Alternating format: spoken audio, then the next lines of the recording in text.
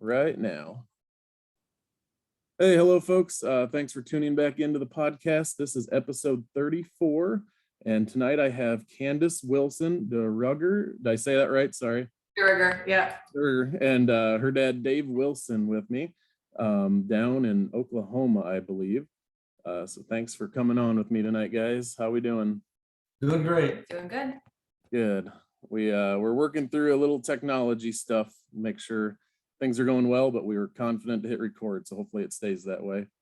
Before we get to Candace and Dave, I need to recognize our sponsors for the podcast. I have 15 of them for tonight, so thanks to all my sponsors for giving to the Sanger Legacy Fund. Like always, it's just going to take a little bit extra time to go through the sponsors and get them their advertising and make sure we're supporting our local businesses up there in the Britt area.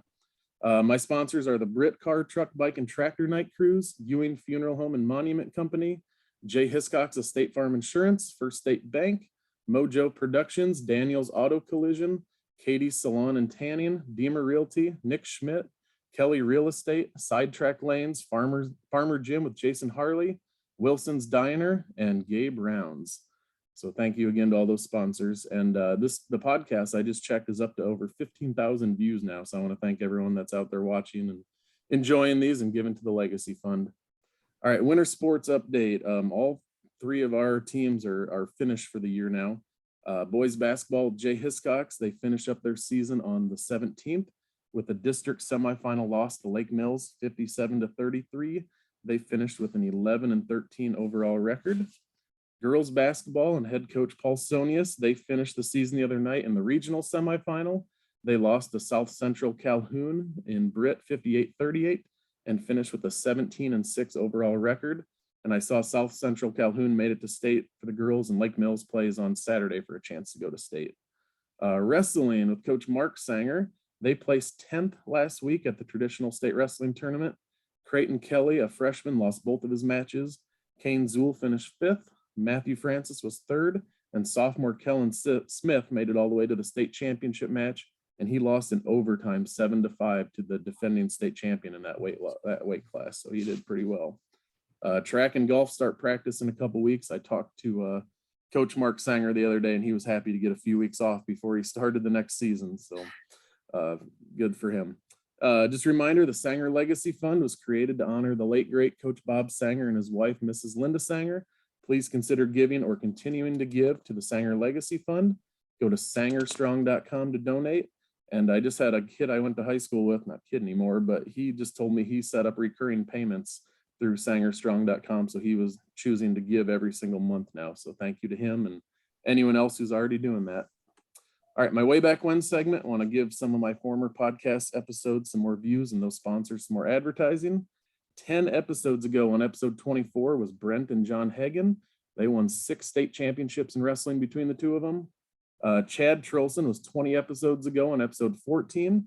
And then 30 episodes ago on episode 4 was Bob Steenlage, the first ever 4-time state champion in Iowa history. So between those 3 podcasts, you have 10 state champions and 3 runner-ups. So kind of a wrestling-based series of podcasts there. All right, we're going to get to our first sponsor, and then Candace and Dave have been waiting patiently to get going, and we're going to talk some volleyball tonight. The first sponsor of the night is Farmer Jim with Jason Harley. Farmer Jim was established to reflect not only the farmer's philosophy, but also its practice. Lifting, moving, and constantly working are the staples of a farmer's toil, and these are staples that build, grow, and shape bodies. Through hard work, Farmer Jim workouts replicate the farmer's craft, the type of work that has built stronger, harder bodies for generations. Although the workouts change, the concept does not. Your body is the machine. Visit farmergym.com for more information. That's Farmer Gym, owned and operated by Jason Harley down in Florida, West Hancock graduate. All right, guys, thanks for being patient. I always like to start with just kind of where you are these days. Candace, where are you? What are you up to? Family? And then Dave, same thing. Well, I'm retired. I'm just here for moral support. Have you retired? You're living the good life now. Yeah, I'm retired. Life of leisure, enjoying life. Nice. Just like being a kid with no responsibility. Jealous. He plays lots of pickleball. He can tell you about lots of pickleball is what he does. And golf. Do you still golf? Yeah, I golf a lot in the spring and summer. Yeah, and fall. Are you still the fastest golfer in Hancock County? Pretty much, yeah. Yeah, Speed my, bump.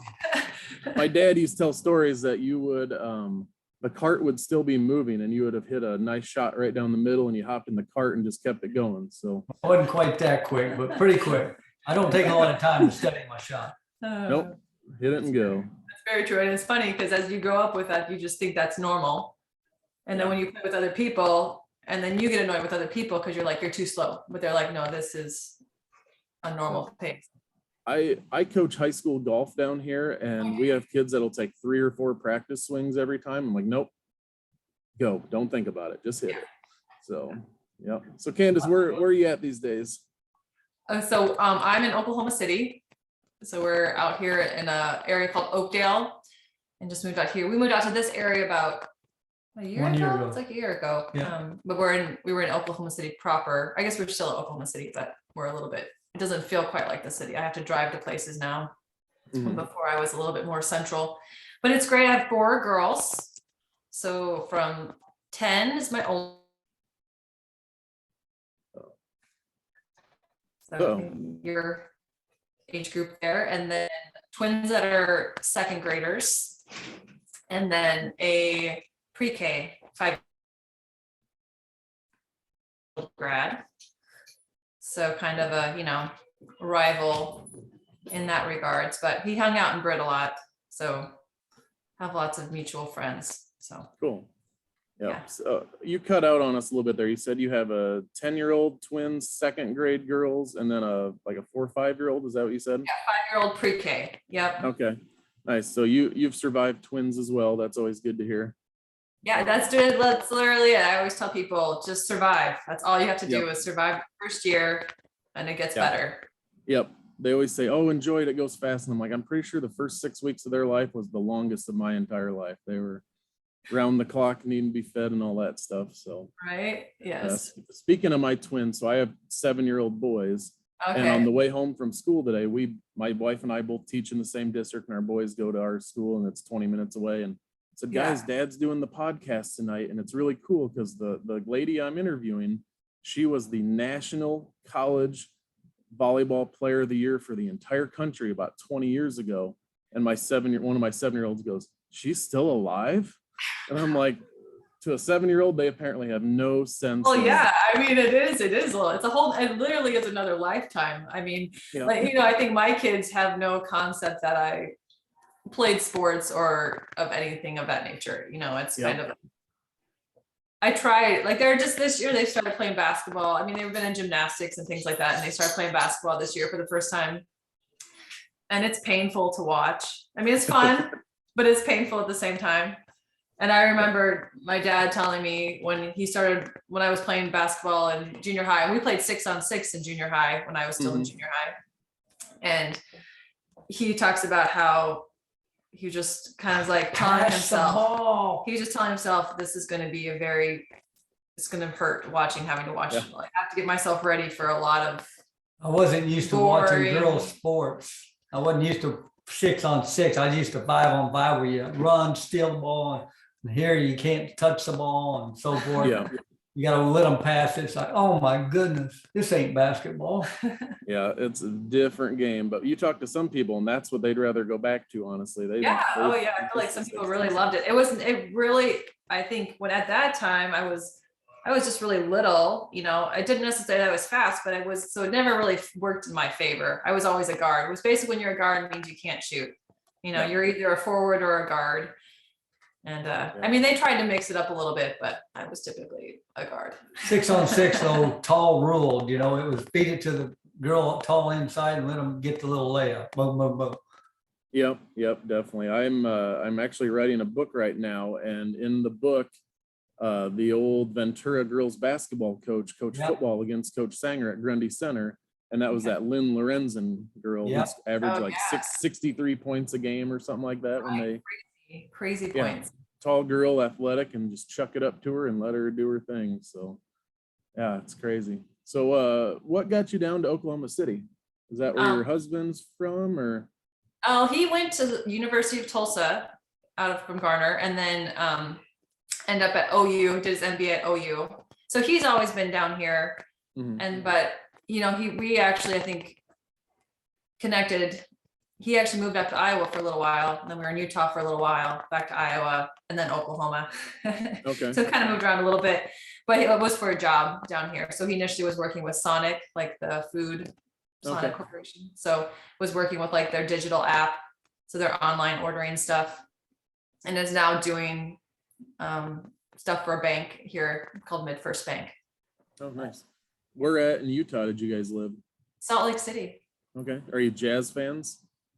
I mean, not really. No, I can't say I actually went to any basketball games when I was there. I've been to more Thunder games here. Okay. Yeah. The Jazz have always been my team since I was about 8 years old, and I'd go over to Bill Eccles' cobbler shop, and he had the sports cards shop in the back. Yes. And I got hooked on the Utah Jazz and Karl Malone back then. So. Oh yeah, that's right. Karl And Malone. they never did win the big one. Was John Stockton was the point guard, and they had a good team. Don't remind me of that, Dave. That Michael Jordan is a Bulls, good old Chicago Bulls. Michael Jordan is a cuss word in my house, so not a fan. You did it. What was it? What was the last the little documentary they just had on him? I found The Last Dance.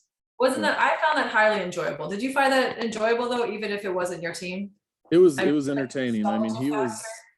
Yep, I'm into all sports, and he's a cutthroat type of athlete, and I kind of, to a degree, appreciate that type of mentality a guy has. Win, he wants to win. So, yeah. And speaking of winning, you did plenty of that in your day, particularly at Central College in Pella. Go Dutch! And we're going to get to that in a little bit, but we're going to start with your high school volleyball career. Oh, you had stats. I was like, I couldn't remember any of these things. So, I have a source that has all the Britt News Tribune articles. From 1800 something all the way up to like 2017. So there's some pretty cool resources you can use. Your freshman year was 93, so that would have made 96 your senior year. I was just telling these guys before we hit record that I could not find anything from 1993 with you. And so we might have to refer to Dave here to fill in the gaps on your first year of high school. And he was talking a little bit about some varsity basketball, but I couldn't find anything. What do you remember, Dave, about freshman year? Freshman year, I don't remember a lot about volleyball because they weren't that good in volleyball. And basketball. And this is Dave Wilson. In basketball. People don't come to watch losers, Candace. People come to watch winners. They're not going to come watch a volleyball and watch you lose. That's why she always said, how come nobody comes to watch it? They don't support people that lose. They want to see winners. Come their junior year, then when you compare football, Britt football, West Hancock football to, Britt volleyball, obviously there was only the parents came out to watch. There was a little bit of a discrepancy. Volleyball. That changed after a while, so that's good. Yeah, her junior, senior year, they were North Iowa champs in. Yep, and we'll get to sophomore year here in a little bit. That was kind of the season in doing the research that I know your record wasn't great, but you had no seniors on that team, so you had a lot of younger girls stepping up, kind of leading into those junior and senior seasons. So before we get to that sophomore season, like I said, I have 15 sponsors. So we're going to get to our next couple, and then we'll talk your last couple years of volleyball, and then I want to get into your college days too. I want to thank Jay Hiscock State Farm Team in Britt. They're a proud supporter of West Hancock and the Sanger Legacy Fund. They can help you with all your insurance needs, including auto, home, life, farm, business, or renter's insurance. For a free quote or review, give Jay or Lindsay a call at 843-3563. Thanks to Jay and his team, they've hopped on and they've sponsored almost every episode I've done since I've started this. So thanks to Jay and Lindsay at State Farm. And then, like I said, before we recorded, I think it was yesterday, Gabe Rounds messaged me and gave some money to the Legacy Fund and said he wanted to sponsor.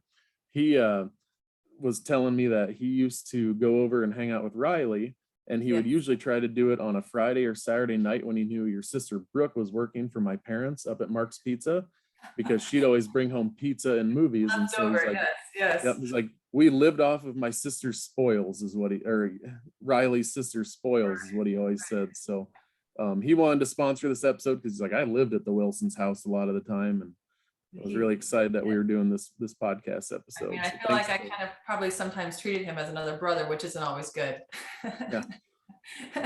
I would get annoyed with both of them, but But they would basically play a lot of video games. Till 2 or 3 in the They morning. play a lot of video games. Yep. And they would draw. They would also draw. They also draw. Like did comic. Gabe's an incredible artist. I don't know if you've ever seen any of his stuff. He's Yep, like I have. crazy good. Yep. And speaking of Riley, where is Riley these days? Riley is in Johnston. So Okay. he's married and has 2 kids. So they're 4 and 1. Oh wow. And then where is Brooke? I want to say, is she out of state too? Or is Lake she Mills. She married Lake Mills? Warner Okay. from Lake Mills. Yeah. So she's got 4 kids. She also has twin boys. Oh boy. They're 6. So right, they're 6. Yeah. The boys are 26. Yeah. And then so she's got 11-year-old, 8, 9, 9-year-old, 6-year-olds. Okay. So for some reason I thought she was out of state too, or was she at one point? Or- Well, she used to live in Minneapolis. But she's been back in Iowa. I mean, yeah, they got for quite a while Yeah, now. since 207, she's been married. She's been back here. I think we always laugh because Brooke in high school always said she would never live in Iowa. Yeah. And I said I want to live in Britt for the rest of my life. You know, that's what I said. Yep. Now she's a half hour away and you're I know she's like right there, and I'm somehow, 10 hours away. Yep. But Well, you it's never all right. know. It's Yep. all right. Good deal. Yeah, I remember Brooke from Mark's Pizza days. I'd pester her just like I did all of my other parents' employees and bug her and just probably to And that was give them a one of her hard best time. jobs. She liked loved that working job. Mark's Pizza. Yeah. Yep. Oh, it was a battle for kids in high school to work there. I mean, my dad was like, I'd get a stack of applications and you only needed so many and you had to unfortunately say no to some of them. And I think it caused some drama in the high school hallways on who got to work there and who didn't. So what do That you was do? always a sad thing. I think when Mark's Pizza closed, I feel like it was never quite, to me, it was never quite the same. This July will be 20 years since Mark's Pizza sold. Really? That's Yeah, great. July. Gosh, I knew the date for it. It was like July 24th, 2002, I think is what it was, or something like that. They Okay. sold it to the Christiansens, and then they sold it to the Bakers, who have it now as the titanium Titanium, lunchbox. yeah. So Yeah. it's crazy. Yeah, it's gone fast. So yep. All right, let's get back to some volleyball here. Your sophomore year, you were on varsity. What I found in my research, you beat WCLT in the first round and then lost to North Iowa in the second round of regionals, 3-0. Like I said, you didn't have any seniors on the team. And that kind of led up to your last couple years, which were pretty impressive. You guys were 7-18-7 that season, and you won 38 games compared to 48 losses. And I had to really retrain my brain on how they kept records for volleyball. Your record was if you won you won the night, but they keep track of games. So if you won 2-1, Right. that's 2 games to 1 game. And so you won 38 and lost 48. So you weren't terribly far off of a decent record, even though your 7-18-7 record didn't really show that. But Yeah, it was pretty rough still, I think. yeah, young team. But your junior year was 1995. You guys won the NIC, the North Iowa Conference. It's not called that anymore. It's the top of Iowa Conference. But you guys won that tournament championship. You were a unanimous all NIC pick. Rachel Wilms and Stacy Dawn were also first teamers. Amy Peterson was a second team selection, and Stacy Grove was honorable mention. Talk about that season a little bit. What do you remember from your junior year going 28-8-4? Gosh, Dad, do you remember anything about that season? Well, not that much other than the fact that we got beat by Alden, yeah. Alden in the game before we went to the regional semis, I think it was. We beat Gilbert, which was a good team. And Rachel Williams was smoking that night, and Candace was on, Rachel was on, and we just killed that team, and they were supposed to be one of the top teams. And then the next team, we thought we'd walk in there and beat them pretty handily, but they put it to us 3-1. Yeah, 3-0. It looks Yeah. like 3-0. Oh, Yeah. okay. 3-2. 3-0. Yeah, so 3-0. you had to win 6 different games, 6 different nights to go to state back then. That was quite Right. the playoff run you had to make, because I had you guys beat CWL, SCMT, Belmont, and then you're at Gilbert, that's down on the other side of Right. Ames. That's a long trip. And then Alden you lost to, and I wasn't sure if that was Right. the game to go to state. The paper wasn't clear on that, but you said it was I the honestly don't semis. remember. Yeah, I thought it was I don't really go to the remember. regional finals, but that might have been the regional finals. to go to Yeah, state. it didn't specify too much, but your coach was Robin Drake. Yeah, Mhm. Yeah. You were saying before we hit record that he took over your sophomore year kind of with no real volleyball experience. What did Coach Drake bring to the team? I think the good thing about Coach Drake is that even though he wasn't a volleyball coach, he was a coach, right? Yeah. So there's those kind of intangibles that you can kind of take across the board to different, sports. And I think he was always willing to learn. I think he was like, and then coach, his assistant coach was Beth Rasmussen. Beth. And so Beth had some more volleyball background. She played, I feel like she played. yeah. She also coached in basketball too. But so I feel like I always had good experiences with them. And Drake gave them incentive to win too. He said if they won the North Iowa Conference Championship, he'd shave his Oh, head. shave his head. Yeah, that was our The girls junior could year. shave his So, head. yeah, I don't remember Is him that our ever junior year, having right? hair. Yeah, he had hair, but he had some hair to shave off. they shaved it off after they won their first championship. Nice. And that was the tournament championship. Did you guys, did they have a regular season champion as well? Yeah, they were the conference champs also. They also, okay, I only saw. And then the tournament they won. Yeah. Nice. And was Lake Mills pretty good back then too? 'Cause I know your Forest senior City, I year. feel like Forest City and North Iowa, I remember always Osage being was- good. Osage was a good team, and then Lake Mills had always had a good team too. They always were. They scrappy team. started getting good after that year. After that, they started getting Okay. I remember, they were, but yeah, I feel like North Iowa. I remember in like the really Forest City. Forest was always really good, and then Osage, like those were always kind of like the top three, like in there. And Lake Mills, obviously they beat us my senior year. I remember that. Yeah, and the North Iowa Conference has always been pretty competitive just across the board. Wasn't a whole lot of off nights in many sports. You always had to compete. Mhm. Yeah, so that was your junior year. Like I said, we think maybe one game away from the regional championship, but it's just sometimes looking back at those old papers, it's kind of hard to know exactly without all the details. I feel like that's where sometimes it might be better to I should have maybe texted somebody, or Rachel Wilms might have known. Oh, no. I'm because my memory is not there anymore. Yeah, and you just like anything, you think you'll always remember what your kids say, something funny or weird, and then Yeah. 2 days later, like, oh crap, what was it that they said? I can't remember. Right. Yeah, that's how it goes. So, and Dave was saying you kind of got some crowds showing up that junior year. People Yeah, we had a started- lot of people start showing up the junior year. Fans filled those bleachers up pretty good. Yeah. Yep. Junior, The old senior wooden, year. Now I told her, see, they come and support winners. I don't care if it's girls or boys. If you win, they're gonna be there.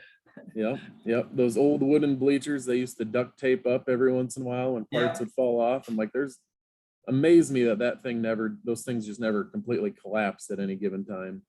I'm glad they finally got those fixed and updated with some new ones over the years. Okay. That's nice. Yeah. Yeah. Oh, if you haven't been to the gym for a while, it's very nice. They've done a lot of nice upgrades.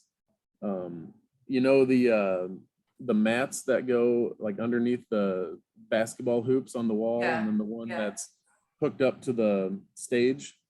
Right. That one that was hooked up to the stage is actually in my garage right now. Oh, is it? They had a garage sale, and I had my parents go and stand in line at the garage sale to get it, and then they loaded it up in a trailer and brought it down here, and a couple buddies of mine helped me put it up on the wall. So that's one of my source of pride. All right, I'm going to get to a few more sponsors here, and then we're going to talk about that senior year and then getting to Central College.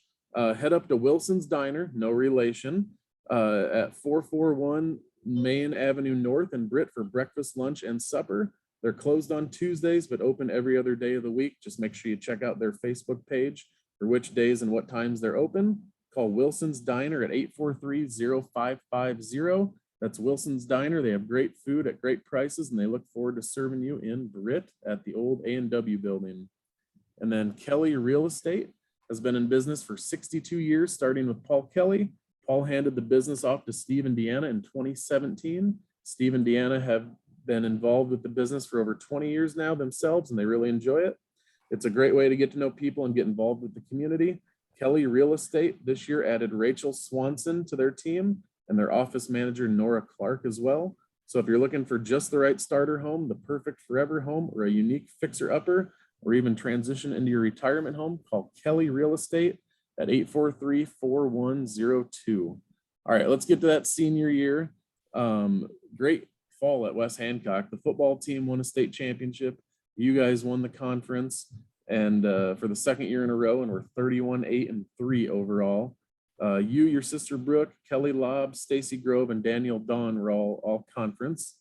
You beat Ventura 3-0 in the first round, and then lost in the second round 3-2 to Lake Mills, kind of like we talked about. They were just starting to come into their stride as a volleyball program. 15-10, 15-17, 11-15, 15-9, 9-15 were the scores of that match. You were up 6-0 in the fifth set, and they went on a 15-3 run to end your high school career. What do you remember about all that stuff I just ran through? That just is a stinky way to end a season. Yeah. Against Lake Mills, the team that you've beaten before. I remember that I cramped up very badly in that game. Yeah. The fifth game, she cramped I up. went up for a hit and then my legs locked up, it's kind of like my Achilles heel kind of deal. It's like Even in college. that's me. The thing about in college is that there was People a lot of people that could just fill in for my place. So it happens, no big deal. Somebody else is going to step in and it's all good. Yeah. But yeah, I just cramped up bad and could not Jump. Yeah. Every time I jumped, I just basically, I landed and I fell over because my legs were, all cramped up. So I think that was the first time that had happened to me though. Yeah. And back then, every set, Danielle Don would throw up high, and Candace had to jump over everybody and put it straight down. So she lost her legs. It was pretty much over. Yeah. Yeah. I mean, I don't remember details of that game as much, but I mean, I feel like I always remember we always had fun. It was a fun team, fun group of people to play with. And I got to play with Brooke. That's always, it's fun to get to play with your siblings. So playing with Brooke was always fun.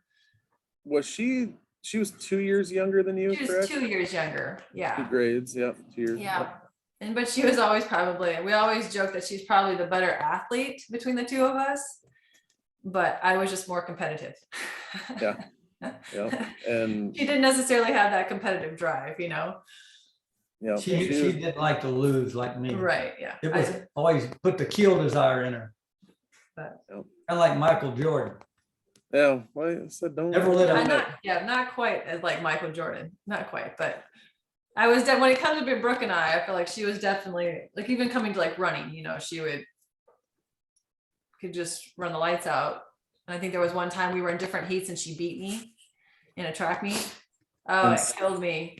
Still hasn't let you forget about that, right? Oh, she will forget about it, but I don't forget about it. She doesn't, it's like no big deal to her. Yeah. But I She's know. like, why are you bringing it back up? You lost it. Yeah. And the funny thing about doing this podcast, as many episodes as I've done, we end up talking about the games and matches that were lost almost more than winning. And it's like there's been that much of a winning tradition in Britt and West Hancock where you remember the losses a lot more than sometimes you do the wins. And those stand out more because they just didn't happen as often sometimes. Right. Talking to a lot of the football players, especially, all they want to talk about is the game they lost. Right. You won 11 of them, and we want to talk about the one that you lost. But that's probably a reason why there's been a lot of success. Yeah. And what else did you do in high school, sports wise or just friend wise? I mean, I feel like I just I feel like I did the typical West Hancock. I mean, every season I did, volleyball, basketball, track. I played softball for a few years. I didn't go out my junior, senior year, right? Yeah, you didn't. You want to concentrate on volleyball. Yeah, but and then I just sport that I played. That was my favorite sport. Well, except for track. I can't say track was ever my favorite sport. Yeah. Were you, let me But they were think. really good in track because they won state, you And know. that was Haley and Brow and Kristen Jen, like just some, I mean, a lot of really good runners ahead of us too that were Jenny solid. Holloway. Yeah. Probably. That was Not your fast senior runners, year, but- right? No, Track, that was my junior year. Like, Junior, so Haley 96. Newbrow was like a year ahead of us, you know, and she was Yep. incredible runner. Kristen Jen, as far as like, you know, shot put, discus, she's Yep. incredible. We just had a lot of good a at it. lot of good athletes that kind of, you know, to put a whole team together. That was, you know, I'm losing you a little bit here. I think about the class ahead of us. So like playing basketball, it's like, you know, Amy Peterson, Denise Rasmussen, Kristen, they were all really tall, right? So we had a really strong basketball team in that sense, where you have 3 6-footers, almost 6 foot, you know, down low. But yeah, people aggressive kind of all around. That kind of made for In her senior year in basketball, they, our you know, junior year. It was our junior year. no, but I'm talking your Oh, senior okay. year when Garner was 18-0, they were supposed to go to state. Oh yeah, that's right. And we beat them in the first round of the playoffs and knock them Oh, out. That was the highlight of the year. Yeah, that right was there. fun. And- It's always fun to beat Garner, but then it's Oh, yeah. extra fun when they are expecting to beat you. So Yeah. 'Cause And they already beat us twice. yeah.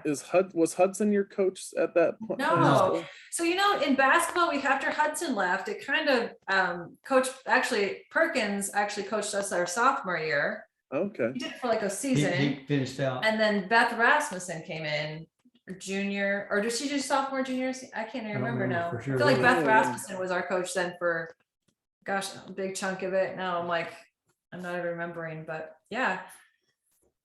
Yeah, that's right. That rings a bell now because I was a basketball manager for the boys team. Okay. Right. Yeah. Beth would have been the girls coach. Drake was the boys coach. And some of those girl players would make us managers sit with them on the bus, and they would corrupt us as upper elementary kids and tell us things we probably never should have heard in later years or then. But yeah, I do remember Beth was the coach for at least one of those years, if I remember Yeah. right. So yeah, cool. Yep. And I kind of forgot about the state championship. It's on my list of podcasts to do eventually with some of those girls that won the state track championship and Coach Evans. So I think that'll be a fun one to do someday. Yeah. Yep. Yeah. I think you should get Beth Evans on, because I feel like, you know, Dick and Beth feel like, yeah, she would be a fun one to talk to as far as Yep. what she did with the girls track. And Yep. A lot of tradition in our track programs. yes. Yeah, I'm going to get to a few more sponsors. We're going to get to Central College. Thanks to Sidetrack Lanes and Britt for sponsoring the podcast. Sidetrack Lanes opened in Britt in 1996 under new ownership. Go bowl at 411 Main Avenue North. Enjoy some food and a drink while you're bowling. Join a league or check out their other events on their Facebook page. Call Sidetrack Lanes at 843-4567, which is an easy number to remember. Or check out their Facebook page. That's Ron Bauer and Sidetrack Lanes. And then I also have Mojo Productions, another amazing sponsor. They're actually sponsoring the podcast twice, technically, Jared Wingert. Mojo Productions is based in Britt. They're your full DJ business that specializes in weddings. They're fully insured and gives back in the community. And they're also sponsoring through the bike, car, truck, and tractor nights. Contact Jared at 515-408-1074 or send them a message on Facebook. How'd you pick Central College? Or how did they find you, or vice versa? Well, I know this. I know this one, Dad. You don't need to help me out. So Rachel Wilms, who was a year ahead of me at West Hancock, so she had gone to Central Okay. and played volleyball there. And so she had told me about it and had given my name to the coaches, was Megan Clayberg.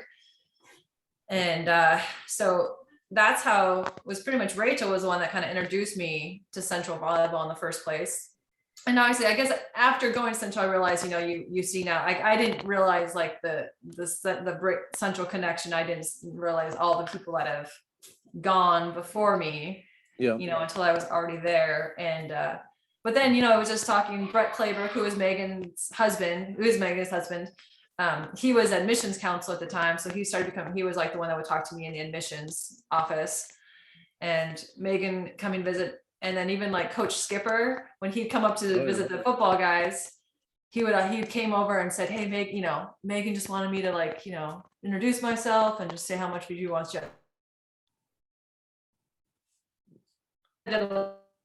Just like, oh gosh, like, okay, I need to check this place out. And then when I went to visit there, I loved it right away. I told my dad, I go, this is where I want to go. And and I said, you got a full ride already to Mankato State, man. You sure you want to do this? Right. He was just like, he basically was like, no, you're not going to Central. We're going where it's already paid for. And yeah, thankfully. But then I said, well, we'll see what happens. We'll see what kind of package they give you. Yeah, it worked out. Yeah. And it's funny because I feel like we always laugh because we always say that Dad loved his Central experience probably more than I did. I doubt that, but it was 4 great years. That was great. We both had a great experience at Central. I would not trade it for anything. Yes. I'm glad we went there. Yeah. You can't beat 3 national championships. Oh man, no kidding. And you probably are a couple years away from paying off your student loans, right? I mean, you're getting there. Actually, it wasn't too bad. Honestly, it was. I feel like she paid that off in 6 years. I'm pretty like nice. I'm pretty diligent. I am my father's daughter, so when it comes to those kind of things, I'm like, get it gone as quickly as possible. Yep. We did the same thing. Yeah, so it was good. So I feel like that was kind of how. So so just kind of Rachel introducing me, and then meeting Megan, and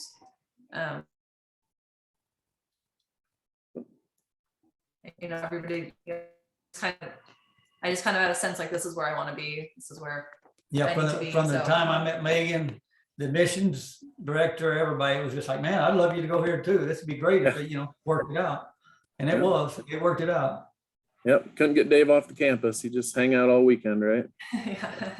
Well, we did on the volleyball weekends. On volleyball weekends, yes. Yep. Dave, did you and Nancy go, like if there was a Tuesday night volleyball game, were you guys there? Only on parents' night. Yeah. Well, they still had Riley and Brooke. I had to go 151 miles from Britt to Central. Yep. It was 151 miles from my house to there. Nice. So no, I only usually went Friday and Saturdays. Yeah. But I did make it parents' night on Tuesday night once on during the year. That was it. Nice. I had to get to work the next day. Yep. A little bit of a jaunt. I remember I lived in Buffalo Center when I was going to Central, to go back to my parents. It takes a while, but it's worth it. So yep. You were a 4-time All-American at Central. Your freshman season was 1997. You guys were 3rd at the NCAA tournament, 10-0 in the Iowa conference. Again, both conferences we competed in are no longer what they're not called. It's the American Rivers Conference now, compared to the Iowa conference. You guys obviously won the conference title. And then in the NCAA tournament, you beat Simpson and St. Benedictine 3-0 each in the regionals. And then in the NCAA quarterfinals in Pella, you beat Ohio Northern 3-1. And then you got to go out to California for the NCAA semifinals. La Jolla, I think is maybe how you say that. La Jolla. Okay. I should have guessed. You lost to California, San Diego 3-2. And then in the 3rd place match, you beat Washington St. Louis 3-0. What was it like transitioning from high school Class 1A volleyball to going to the NCAA tournament, placing 3rd? Right. Yeah, that was it was awesome. I think I had no idea. I think, at the beginning of the season at Central, they had high expectations for what they wanted. I just was excited to be there, to play. I didn't even have any expectations of playing like varsity. You're just going and you have really no idea. I guess that's kind of me in general. I'm like, okay, well, whatever happens, happens. But they had expectations of wanting to win conference, and making it into playoffs, and then Abby Brown, Abby Sogard, had transferred to Central that year. And I had remember watching Abby in high school, and she dominated in high school just like she dominated in college. And so I think, with Abby there, people are just like, okay, this this team can be really good, you know, because she brings a whole nother reality to the table.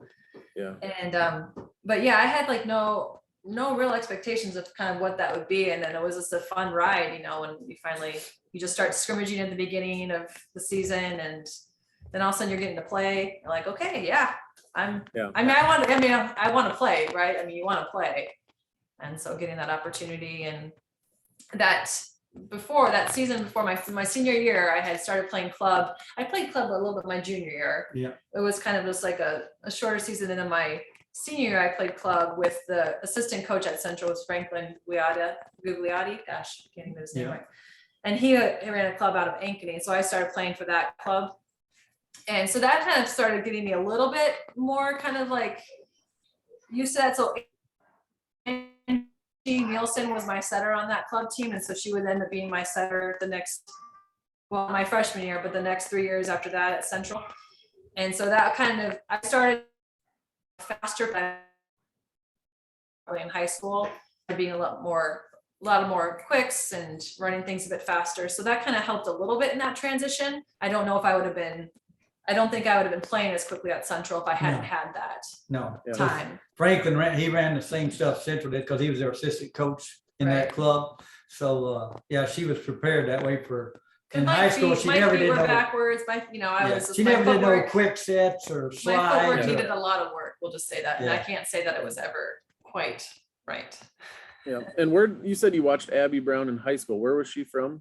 Eldora, New Providence. Okay. Well, that was I don't know what it is now, but that's what it was then. It's South Hardin is what it is now. They combined with another school, and then talk about practice from Coach Drake in West Hancock to a practice at Central College. Was it?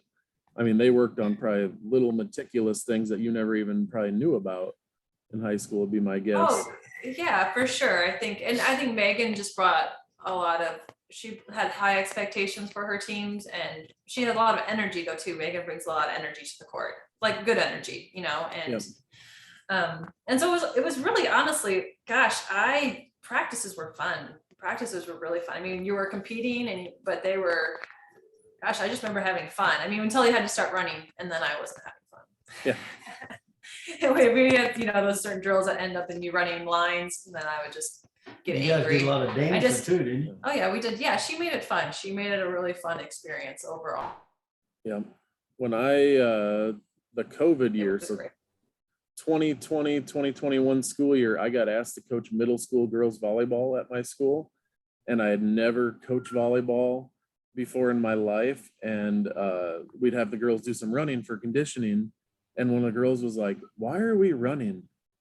We literally are just going to go from, right here to right here on the volleyball court." And I'm like, it's kind of a good point. I didn't really have a great answer for her. So I'm like, yeah, we don't probably need to run so much. But that was an eye opener for me. I'm sure they didn't learn a whole lot from me that season. I'm glad I had somebody to help me. But nice. Talk that semifinal loss to California, San Diego. Yeah. 13-15 was the fifth set. Do you remember who won it all? Did they win it all that year? Did they lose to the other team? That year because they beat Juniata that year, right? Yep. In the finals, and Juniata is also like a Division III powerhouse in volleyball. There's probably still are, but they were a good team. Like UC San Diego, they ended up jumping up to Division II. What was that? My junior year, my senior year? I can't remember. No, after you. Was it after we left that they jumped up to the next? So they were already a really strong program, and that was just a really fun match to play because just defensively they just picked up every ball. They just didn't let anything drop. I guess that's what I remember about them. And it was a fun battle. And unfortunately, that was just one of those games where just a few points go their way. I feel like it really could have gone either way with them. And but that was a fun match. You weren't there for that one. I was out in California. I didn't go to the championship. Yeah, but so that was a fun.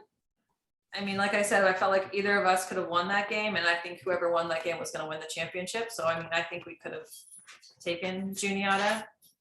Yeah, that would have been incredible. 4 for 4. That would have been pretty crazy. Yeah, but yeah, it was a good team. So then we played So then they allowed you to play a third place match. And so then we played Wash U after that. And they were fun to beat. Yeah. Yeah, 3-0. Wash U is always really fun to beat. I'll just say that. Yeah. Yeah. So it could have been four championships. That would have been crazy. Were there a lot of fans that traveled out to California for that? I think it was a lot of like Mainly family. parents, yeah. Yeah, I can't remember it. I mean, again, I was a freshman, so I mean, I feel like the seniors on that team. So there's like Kelly Hannon, and who else am I? Oh gosh, you're just making me try to remember names now. That's Jamie. Yeah, I remember Jamie. Jamie had like the nasty topspin serve. I mean, so I'm sure like they had family and friends that were, older. They're older, like college people there that I just at that time, don't really know because I'm still a freshman. I'm still don't know too many people at Central and how that goes. And last question on your freshman year, were people pretty open and welcoming to a freshman stepping in and playing as much as you did? I mean, did you remember any? People like to win. Here's the thing though. Here's the thing. I know that there was a girl that like was a junior or sophomore, and I did kind of take, what she would have been taking over.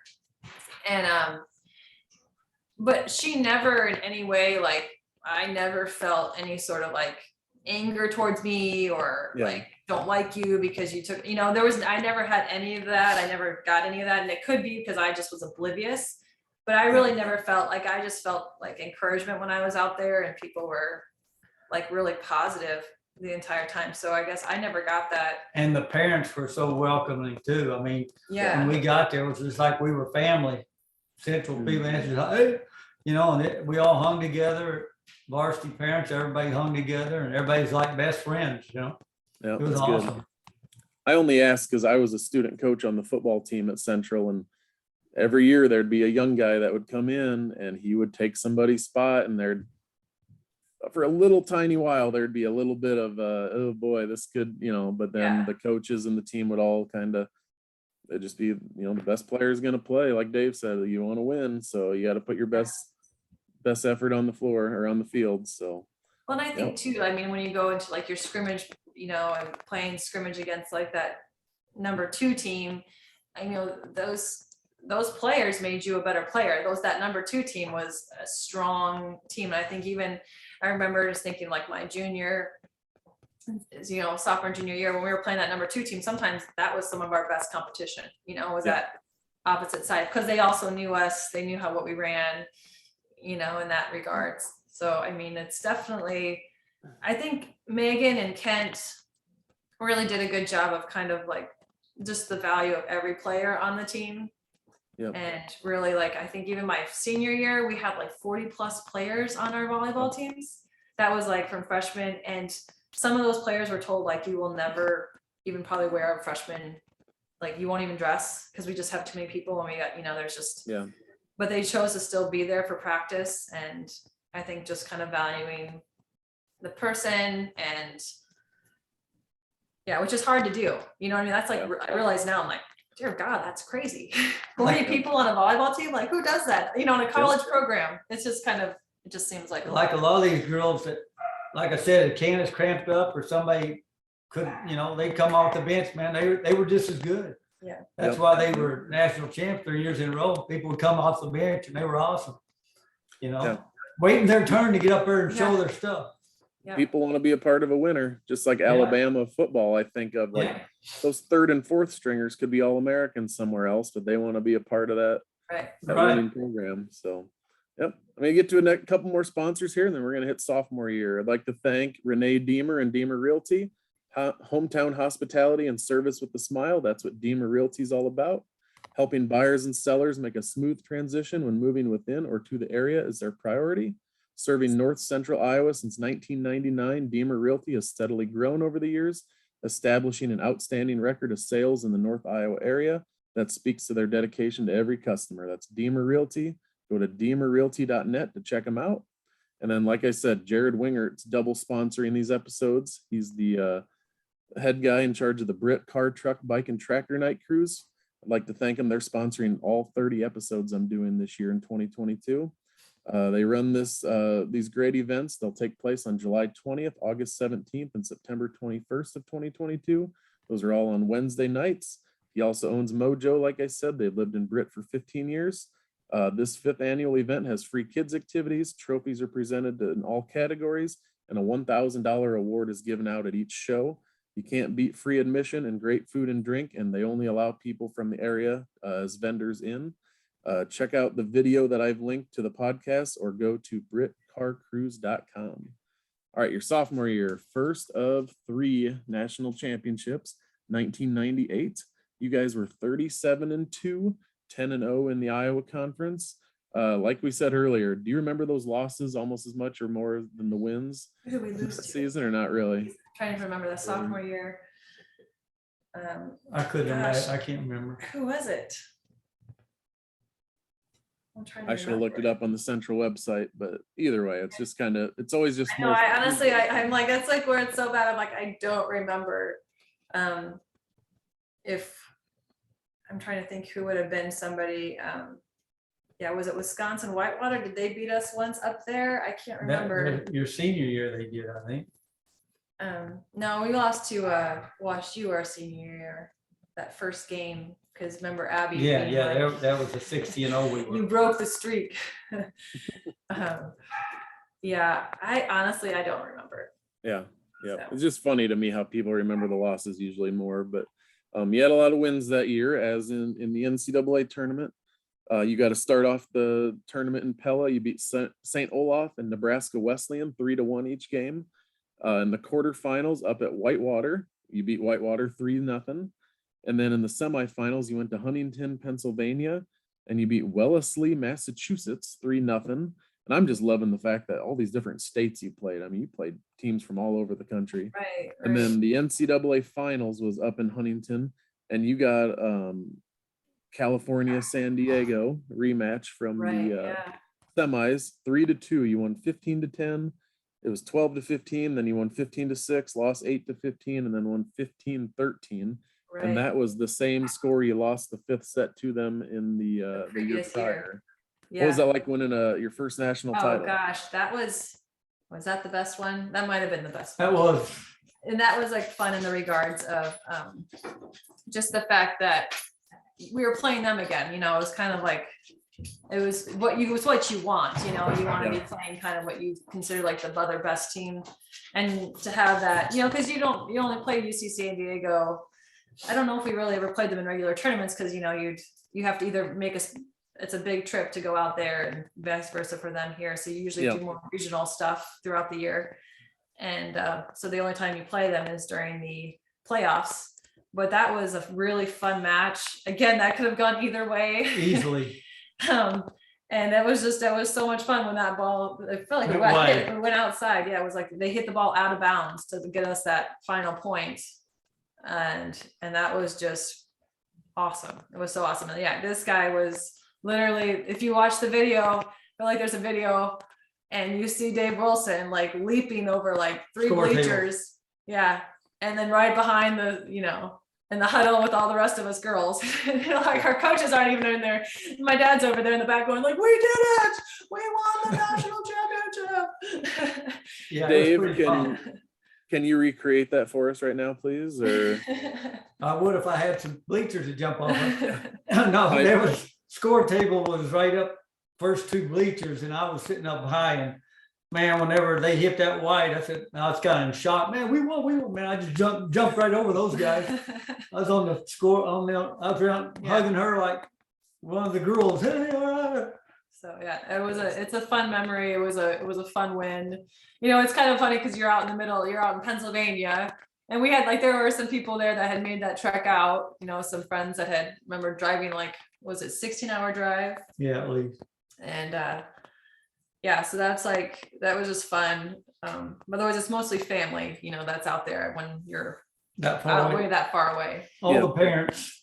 So Yep. Everything's on your dime. It's not like the bigger colleges where they not at all. It's funny because my husband, you know, he played at University of Tulsa. He was a walk-on there for football, and okay. So he starts talking about everything they get, and I was like, we got grays for like you know, for practice. I don't know if you guys in Central like they're like cotton grays. I think they got better as like after we left, but I mean they were like so gross. It's like you start sweating, you know, in August, you're just I sweat, you know, like most of us all sweat, and they're like, your light gray turns to dark gray quite quickly. Yep. Did you have to put it on your loop and get it to Coach Edwards and his crew back Oh there? yeah, yeah, for sure, for sure. Yep. I think we did have we ended up getting to switch out like our shorts, like our junior, senior year. We feel like Abby kind of was like always could kind of push, you know, her agenda, be like, can we just get rid of this? And Megan was usually pretty accommodating. Yep. But I mean, yeah, so it was just funny because we're like, yeah, you don't get anything extra, you know. Yep. Did Coach Edwards scare you at all back in the day, or did you get to know him pretty well? I you know, it's like whenever he did make a joke, I didn't know how to take it. I'd just be like, oh yeah, that's funny. Okay, yeah, it's because he's pretty, you know, always pretty straight. He made jokes. He was I don't recall that very much. he was pretty pretty serious guy. But when my wife was in preterm labor, his daughter was having his first grandkid, I think, and we met up at the hospital and That's sat there hilarious. and talked for hours once, and it was like, hey dude, this is kind of fun. He's a good dude. So yep, lots of good Central memories. What was it like going into that junior year, being the defending national champs? Abby Brown was coming back as the national player of the year. You were All-American. Did you feel some pressure to repeat, or was it just go out and compete and see what happens? Yeah, I think the one thing great about that, I've talked about this before. We as a team, we liked each other, you know, we really liked each other. So I think when you come back together, you're just excited to be back together, be playing again. You know, because you don't necessarily have like an off season, you know, per se, like you would in bigger schools. It's like, I mean, you like still do some stuff. They have like some training stuff, but you know, in the summertime, it's all up to you what you do. So we would get together a few times in the summer. We would meet at people's gyms, you know, like coming to Britt or we're going to Eldora. I remember one time going down to Des Moines just to play, you know, with each other. But otherwise, like you really, you know, I hear about some people like they would, you know, everybody would stay in the same town so they could all play together, you know, all throughout the spring, summer. I was like, oh yeah.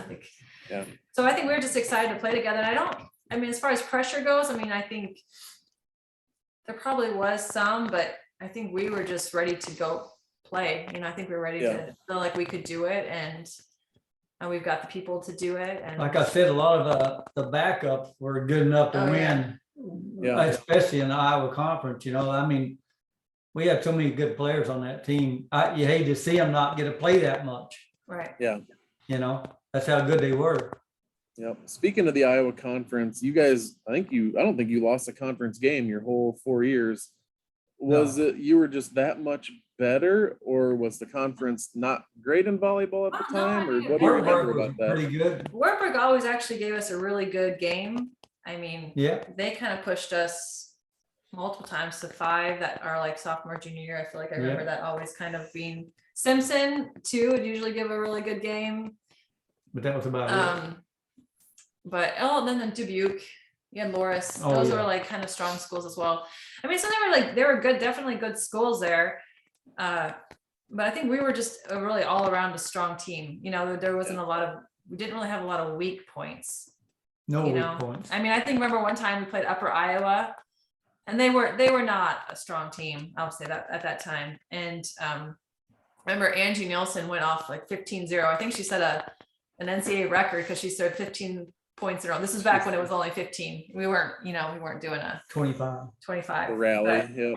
But yeah, so she did like 15, it was 15-0. You know, she just served it all straight up. It was kind of like, and you didn't have to do much. You just turned around, they're like, like a lot of those were aces as well. You know, it wasn't even like we were even having to get a do kill. What do you prefer scoring wise? Do you like the way you played where you had to have the serve to score? Or do you like how it is now where you can score points just I like to I tell you what, I don't like losing on a miss serve. I hate that. I don't mind the rally scoring. I don't like that you can lose a game on a miss serve. You know, that just is like, ugh. And the thing too about side out volleyball is those games could go long. Yeah. You know, they could go really long, especially if you're going 5 sets. Again, that's where I may have cramped up again a few times in college in those games where it was like going 5 sets and you know, they're going on like 3 hours plus. were yours? That was much fun to watch for me, the side out when defense could dominate also. You had both where defense controlled the game also as well as the offense because the blocks just as good as the kill. Yeah. You get, it was awesome. So. Yep. It didn't go for nothing sometimes. Yeah, if you- I've since then, I think I've coached. When I started coaching, it was always rally scoring. Then after that, and I mean you can't take away the fun of volleyball personally, even whatever it is. But I personally it stinks to lose on a missed serve. Yep. Are you coaching down there in Oklahoma, or where'd you coach? I am not coaching. No, I have talked to some people about maybe helping out with my kids' teams, here, a little bit, but otherwise I've just been just trying to parent and stay alive with 4 girls. And Survive. I feel like now I'm kind of coming up where I was I think I can do this. I think I can actually start doing things, outside of my house. And then I got a dog and then I was like, oh, that's stupid. I wanted to get a puppy. That's so much work. But it's good. I just can't imagine 4 girls, or 1 girl even. I have 2 boys, and then that's right where I want to be. When we were pregnant, I wasn't, my wife was. She kind of wanted at least 1 girl, and then when we found out there were 2 boys, she was not bummed, but she was, had something in her head. Right. And then we went to go register the boys for Target or whatever, do our registry. Yeah. And we walked by the training bras and all that stuff, and we both looked at each other and said, "Boys, this boys thing is looking good."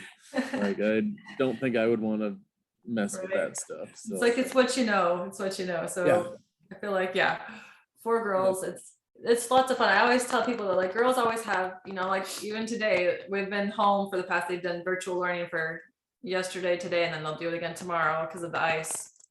And, they do their work and then they would go upstairs and they were doing perler beads for a good hour, just entertaining themselves quietly. Yeah. Now there's probably a mess upstairs, but I'm not going to look. No. And I'll wait till Saturday to go up there and, Yeah. I'm a teacher, so off topic here, kind of virtual learning as a teacher, that was the worst last year doing all the virtual stuff. Is it? They have it down to a science by now? Well, it's been pretty minimal here in the sense that they've already just sent stuff home and there's some stuff to do. They had already sent their iPads home, kind of thinking that this could happen. And so basically the only time the teachers have our office hours right now. So, cause it's not complete virtual learning. Yeah. And so that kind of helps. So then we haven't done anything with our teachers we haven't had to talk to any teachers because they've just done their work. And that part's the worst when you gotta do the Zoom lessons and stuff. Right. I just feel that's terrible. I feel last year with COVID and stuff, the school that we were at did all virtual learning. So we ended up switching to Epic Charter School, which I heard that. And so, cause they did 2 days where you could be in-person learning. Right. So I was okay, at least it's we got 2 days of in-person better than no days of in-person. Oh, yeah. But then it ended up being just way too much of homeschooling. And it was, anyway, we're in a new school district. Yeah. And you can't replicate what teachers and students do in a building. Gosh, it's just brutal. It's brutal. I have one kid that I feel could do the homeschool thing, because she just wants to get things done. And but then I means I have 3 others that do not. I literally got screamed at. I got screamed at least once every single day. Every day. And my wife and I are both elementary teachers, and we had to try to help our kids through their preschool virtual learning last year. No, kindergarten. See, that just seems just not. And it was terrible. We're this is awful. I'm not doing this. Yeah. It was not fun. So anyway, not to get into fun COVID stuff, but right. Next couple sponsors here, and then we're gonna get to your last 2 seasons. Michael and Brienne Ewing of Ewing Funeral Home and Monument Company, locations in Britt, Kanawha, Clarion, Belmont, and Dow's. Mike is a 1998 graduate, so you went to school with Mike. His family has been privileged to care for the communities of Britt and Kanawha since 1977. Find them online at ewingfh.com or on Facebook. Call them at 843-3839 or 762-3211 in Kanawha. That's Ewing Funeral Home and Monument Company. And they're one of my long-term sponsors, have sponsored this thing all the way from the beginning almost. So, and then I want to thank Nick Schmidt for sponsoring the episode. He's a 2000 West Hancock grad, and he just wanted to give to the Sanger Legacy Fund. So thanks again to Nick for sponsoring. All right, undefeated season, junior year 1999, second straight national championship, 41-0. Didn't lose a single game. NCAA tournament, you got to open it up in Pella again. Thomas More of Kentucky had to come up to Pella just to get creamed 3-0. And Yeah. then Washington St. Louis 3-0 as well. And then the NCAA quarterfinals were in Pella, California, San Diego once again. Had to come all the way out to Pella, beat them 3-0. And then the semifinals and finals were back in Huntington, Pennsylvania again. You beat, how'd you say it? Juniata. Juniata. Juniata, Out of yeah. Pennsylvania 3-1. And then you beat Trinity, Texas 3-0 in the NCAA finals. Was that championship match even close? Or was it pretty much a blowout? Do you remember?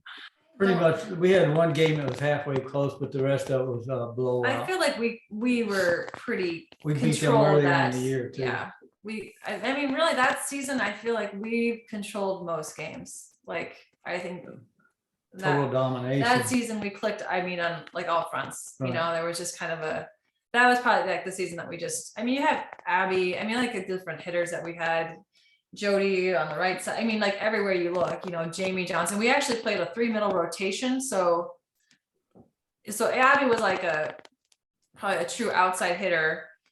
And then Jamie and I were like middles, but then I got to play outside one rotation. Or yeah, I got to play outside one rotation. Jamie played middle 3 rotations. Abby played outside two rotations, middle 1 rotation. So we kind of had like a pretty big lineup as well. Yeah, they had Martha, 4 6'1". backgrounds. They had 4 6'1" girls up playing all the whole round, you know, Yeah. all the way around. But I mean, so it was just strong, and then just in the backfield and just consistency, you know, for the people in the backcourt. Yeah, so I think it was just a good team. It was a really fun team. I mean, just fun people, you know, they're just fun to play with. And yeah, we just had a lot of fun.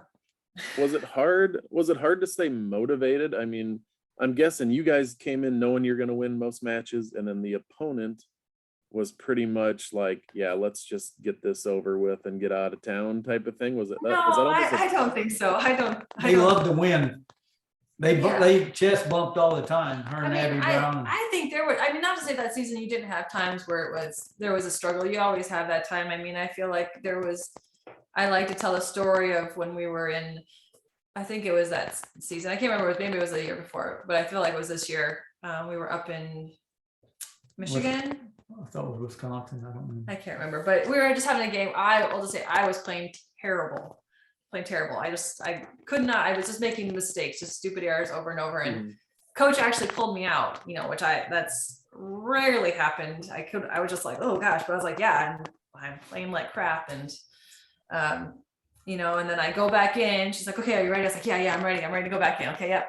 And then my first play back, I put the ball right in the net. You know, I'm like, oh my gosh. And Abby comes to me and she says, Candace, get your head out of your butt right now. It might have been, that's kind of a PG version there. And I was just like, yeah, you're right. Like, and you know, that kind of helped me kind of get back on where Abby knew she could probably say that to me. She probably couldn't say that to everybody on the team, but I thought we had a relationship where I'm just like, yeah, you're right. I'm not playing well right now.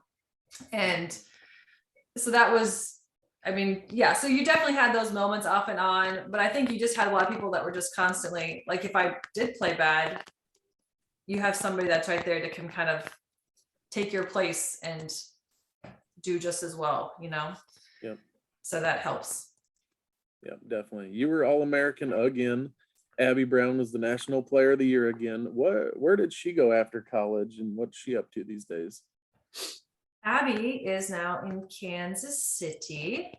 So she has 5 kids. And yeah, so she's mom. So she worked right after college, and then her husband or her fiance, I remember they engaged, can't remember. Yeah, they were. You're making me go a long way back, but they dated all throughout high school and college, and he was 2 years younger than her. So I feel like, I don't remember if they got married after her or after he graduated. I can't remember, honestly. You're making me go way too far back. And they got married eventually, and yeah, so they are living in Kansas City now.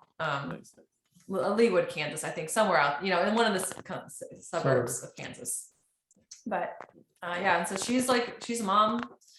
I think she's coached her daughter a little bit, but I don't think she's, I think that's like Abby. I remember in college and we like, you tell people like, well, what do you want to do when you grow up? And Abby said, I want to be a wife and a mom. And I remember being like, that's it. And now I realized, hey, I was like, you know what? That's actually not a bad thing. That's actually pretty good. And that actually takes up a lot of your time and energy. One of the hardest jobs there is. Yep. Yep, So, definitely. Yep. So after that junior year, Abby's gone. Did you lose any other seniors from that team, or were there a lot of girls still coming back? Andy Moran, Ann Van Hemert. So I feel like they might not necessarily have a ton of playing time, but I think like Ann Van Hemert, I don't know if she was kind of just like a Number one cheerleader. Yeah, she was kind of like we always said, like our bench captain. She was always the one that kind of just brought tons of energy and life. And so we lost those guys. Who else am I missing? Amanda Wims.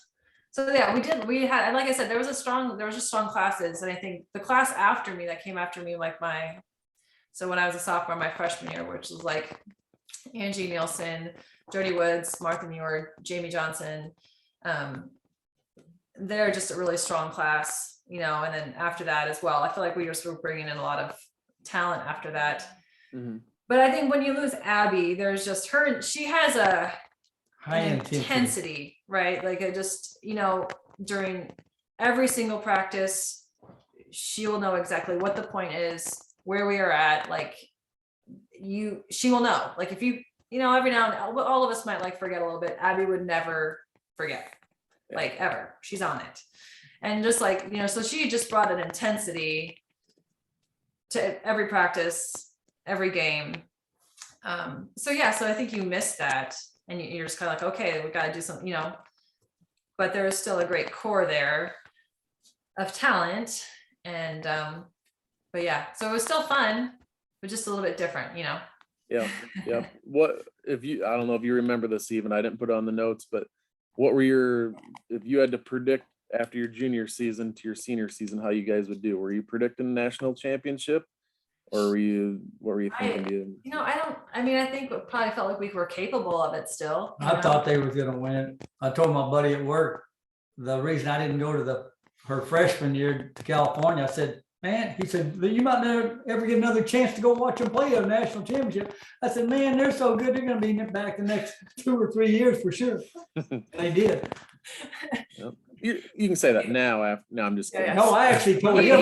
He probably did. That's the thing, though. He probably did. Like he's like. I said, that's how good they are. I said, all these girls are they were state players. I mean, all state players that come to Central, and they were backups, a lot of them. Yep. That's how good they were.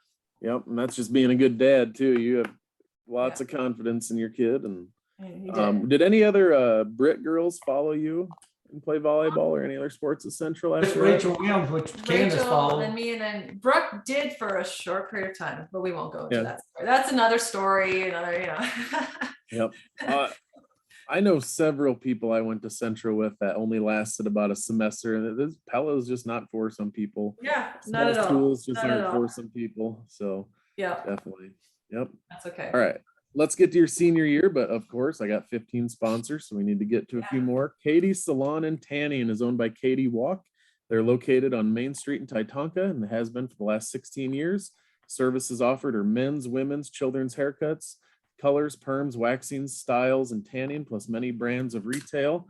And my cat's jumping up on the table here. Hold on. I got the dog, I got the cat.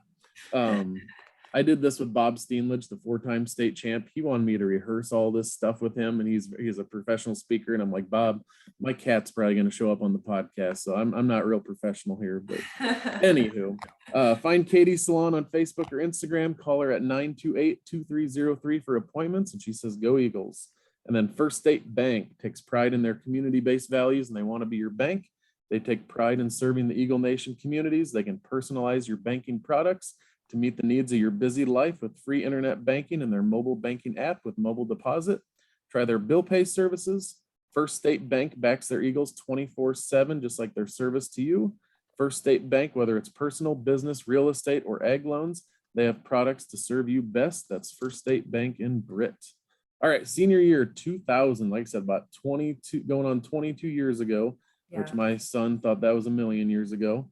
You guys won your 3rd straight national title. You went 40-2, conference champs, didn't lose an IAC game, like I said, all 4 years.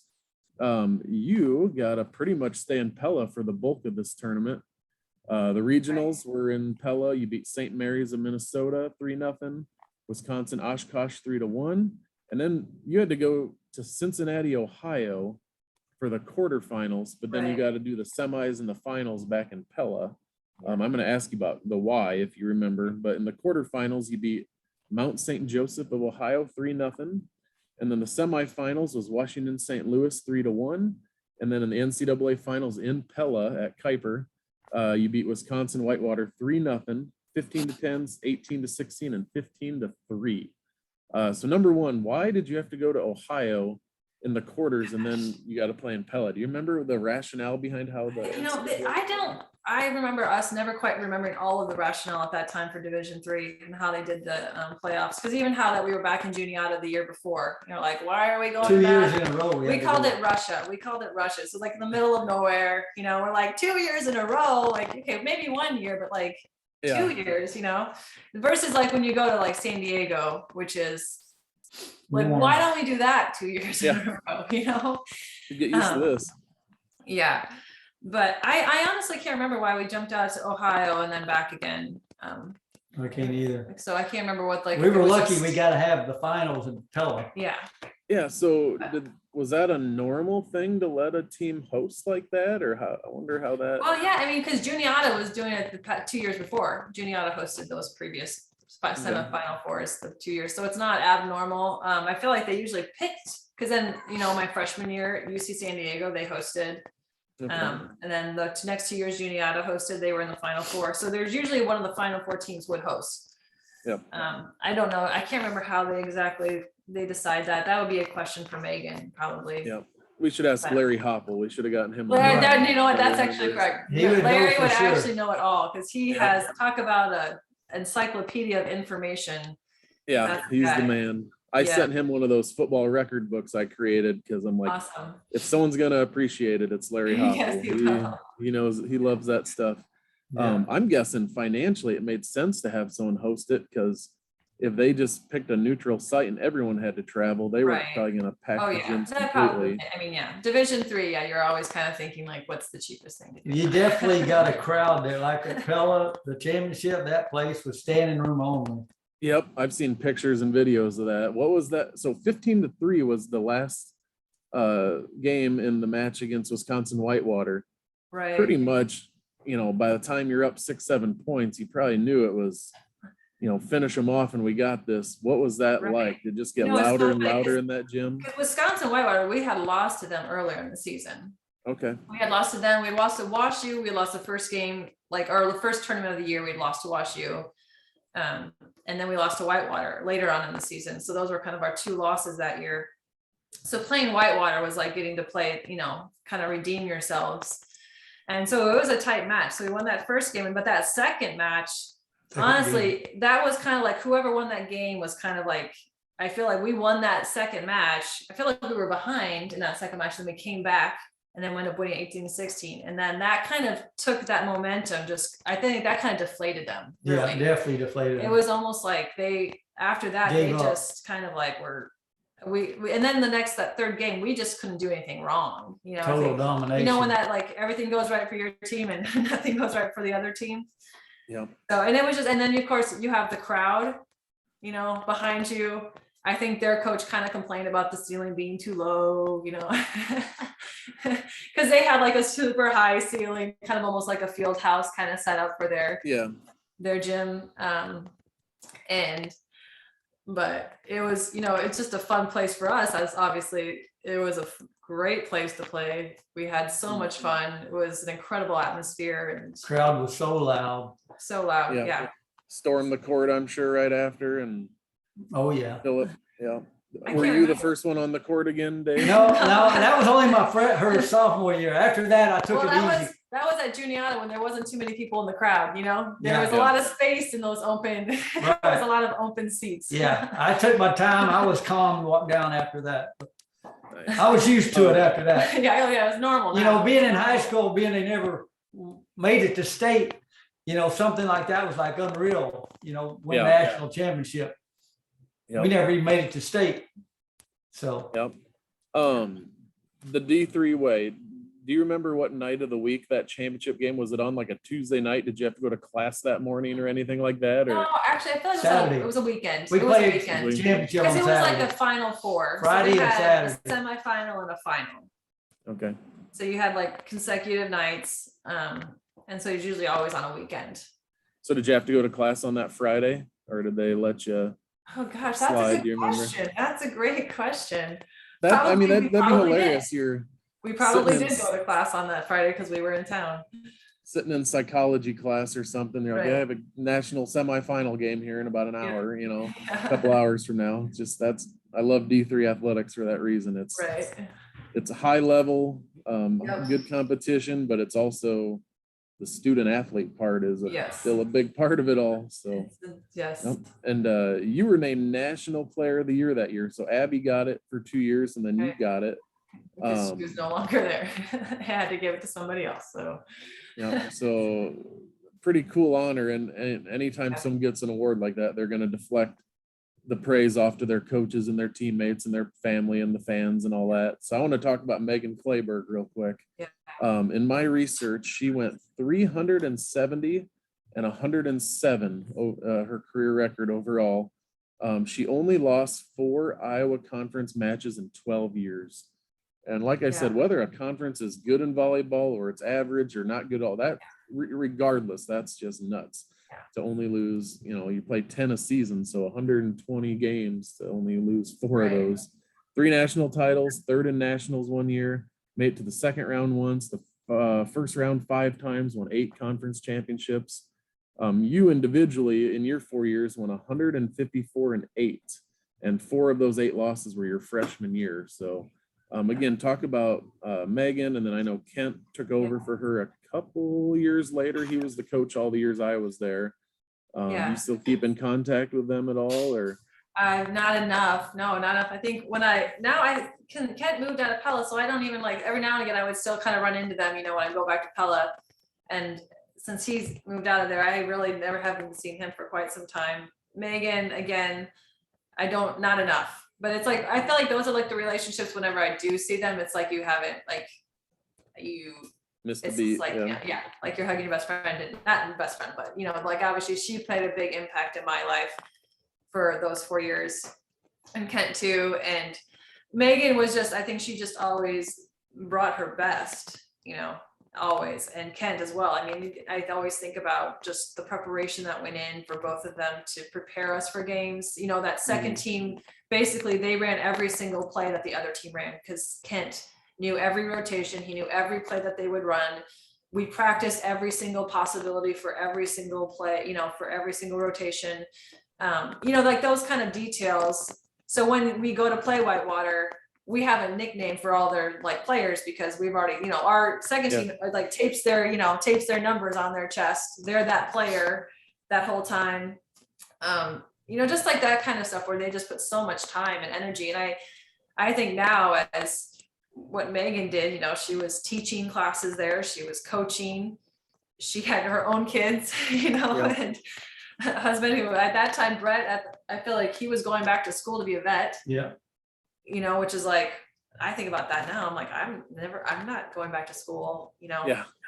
No way, this, that, how much energy that is required. And, but everything that she did, she was pregnant and having babies while she was coaching national championship teams. I think about, it seemed normal back then. That's what's really funny. Yep. For me as a player, I was oh, this is normal. This is what women have to do if they want to do it, they're gonna, and she made it seems really easy. Now I realize, oh my gosh, I could not do that. There's no way I could even think about doing that. And she also had an incredible community of people around her that kind of helped make that possible. But they were, I think, I'm kind of still in awe of Megan. We'll just say that. I'm still in awe of Megan. Yep. She was Are you a coach. Yep. Are you still connected to Central in any ways? Get back at all for anything, or? We went back before COVID. They had alumni thing. I got back for that. for volleyball. Was that 3 years ago now? Yeah, you had. Did you go back? Well, they went and took the grandkids, basically. They hung out with the grandkids. Yeah. Sam and I got to go, and but yeah, I mean, I still, as far as like, yeah, so that was like the last volleyball thing I did. And it's always fun just to be able to see those people, even if we don't necessarily stay in touch. I think I've got some good, you know, college friends from Central that we try to get together at least once a year and go someplace and meet up someplace. So this last year we were in Sedona, which was great. Yep. You know, so that's always, you know, trying to do those things, but. Yep. And I know everyone says it about where they went to, but there's something special about Central. Just the way people, like you said, you can kind of pick up the conversation from the time before. And like at me, I was a student football coach on a couple really good teams, and Coach McMartin, the football coach, is still there. When they play here in Indianola against Simpson, I'll go to the game, and then after the game, I'll wait and go talk to some of the coaches. And you know, one year I think they won the conference here in Indianola, and I waited around, and he gave me 20. I mean, we talked for 20 minutes after the game on the field. It's like, you know, it's just a cool connection that you have at Central with your coaches and teammates and friends, and it's family atmosphere. Yep, I wouldn't trade it for the world. Minus the student loans, didn't have any regrets. That's what I told. Yeah, I wouldn't trade those 4 years for nothing. It was 4 of the most exciting, awesome years ever. Yeah. I feel just like I feel like Lots of travel. treasure. Yeah. We put like 200,000 miles on in those 4 years. Yeah. Yeah. Seriously. Totally worth it. Yep. Yep.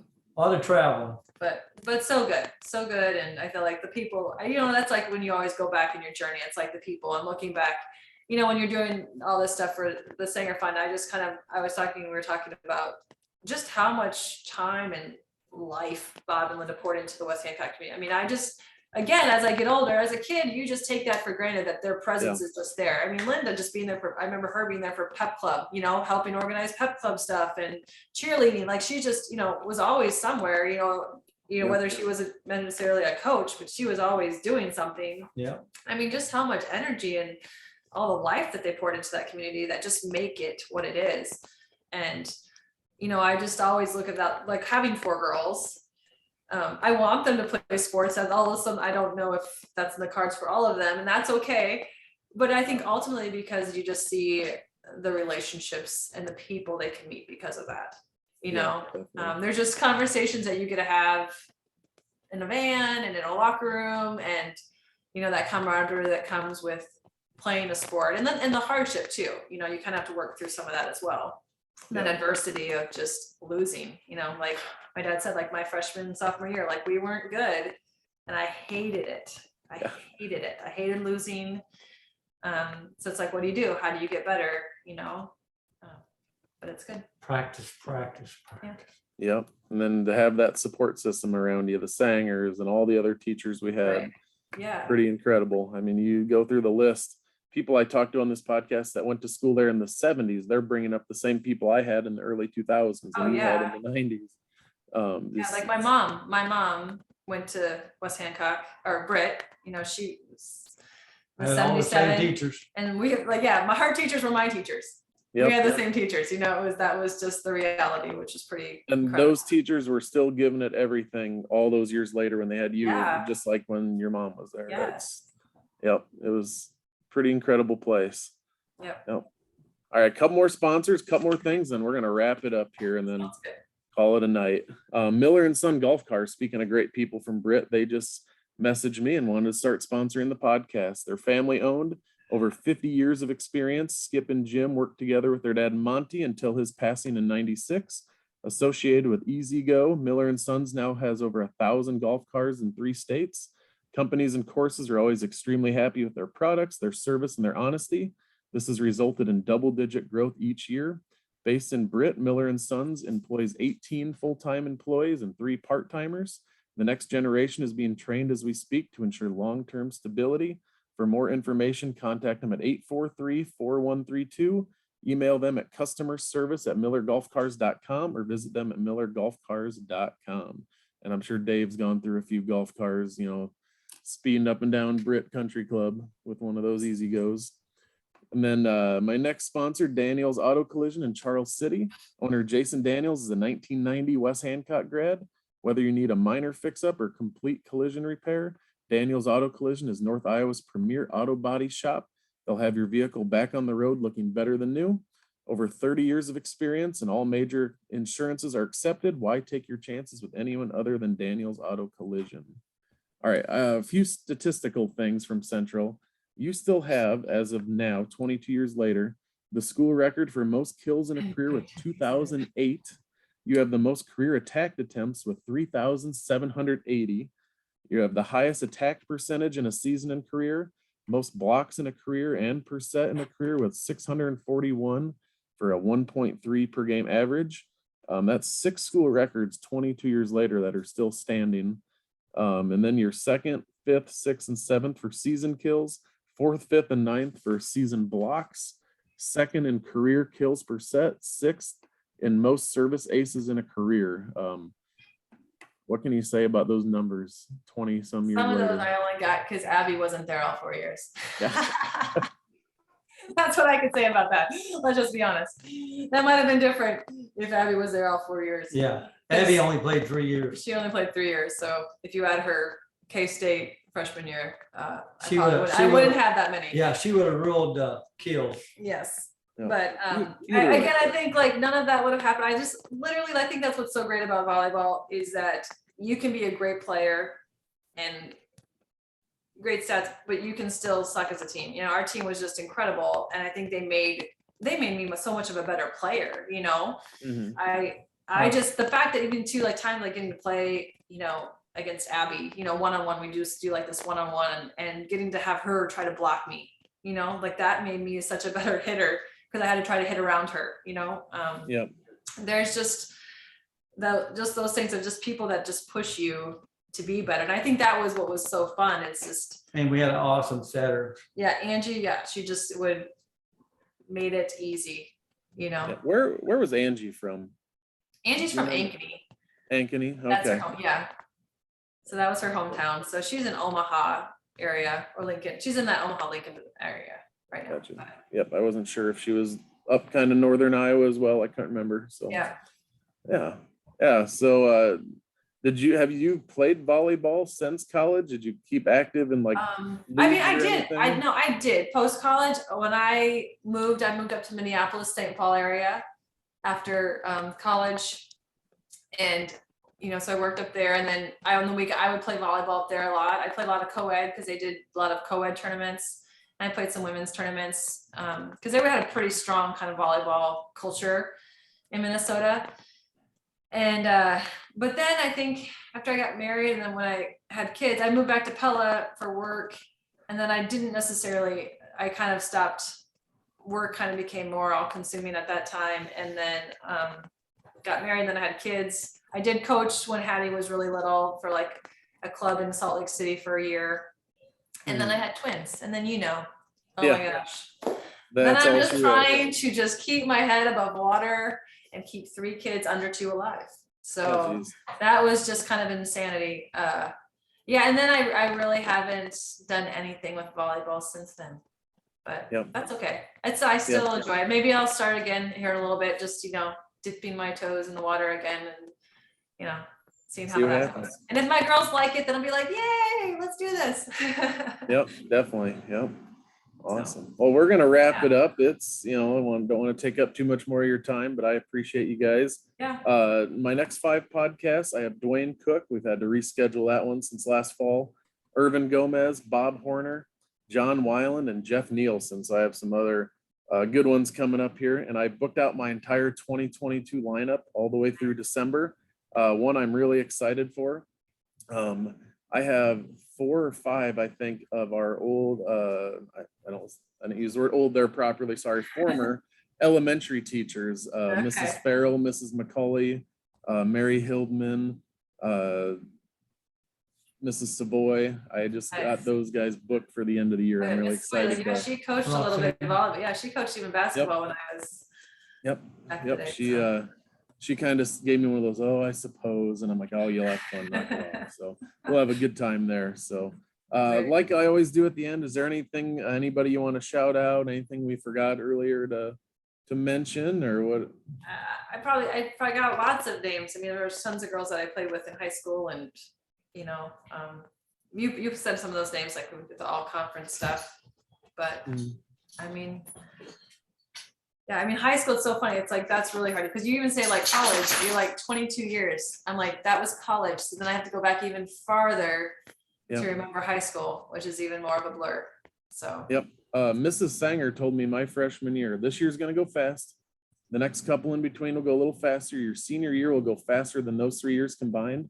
And then if you go to college, each one of those years will go even faster than that senior year did. Before you know it, you'll wake up, you have a job, a couple kids, and you wonder what happened.